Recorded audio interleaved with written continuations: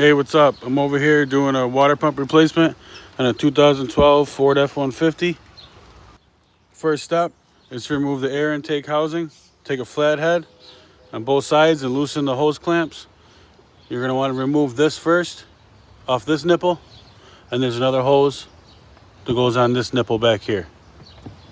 Okay, your next step will be to take an 8 milliliter socket and remove 4 bolts. One here, one here, one here, and one down here.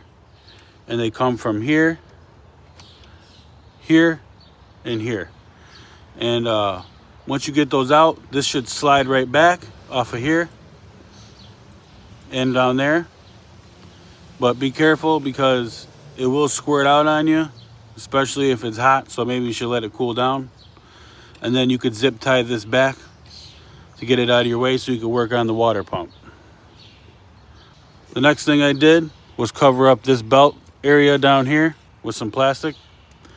Then I took a 10 milliliter and cracked the nuts loose on the water pump pulley.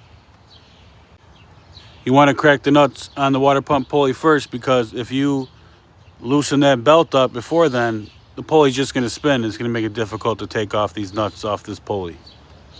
So once you crack those nuts loose, you could take a 15 milliliter socket and release the tension off the tensioner to take the belt right off. Then after you remove the belt, you can finish taking off these nuts and remove the pulley. After that, you can take an 8 milliliter socket and remove 7 bolts off the water pump assembly. Once you take those bolts off, you can crack this loose with a screwdriver and all your coolant will rush out on you. You can blast some water in here and flush your motor out. So your new kit comes with a new pulley, new water pump, and the gasket on there. It actually comes with 2 gaskets and this hose. I bought a new belt. They've updated it to a 3-bolt. See here?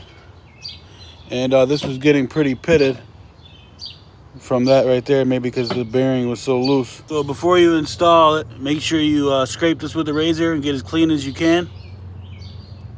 Once you put your water pump in and tighten her down, you're going to want to put that pulley on as best as you can, and then put the belt on, and then you can tighten the bolts down on the pulley even more.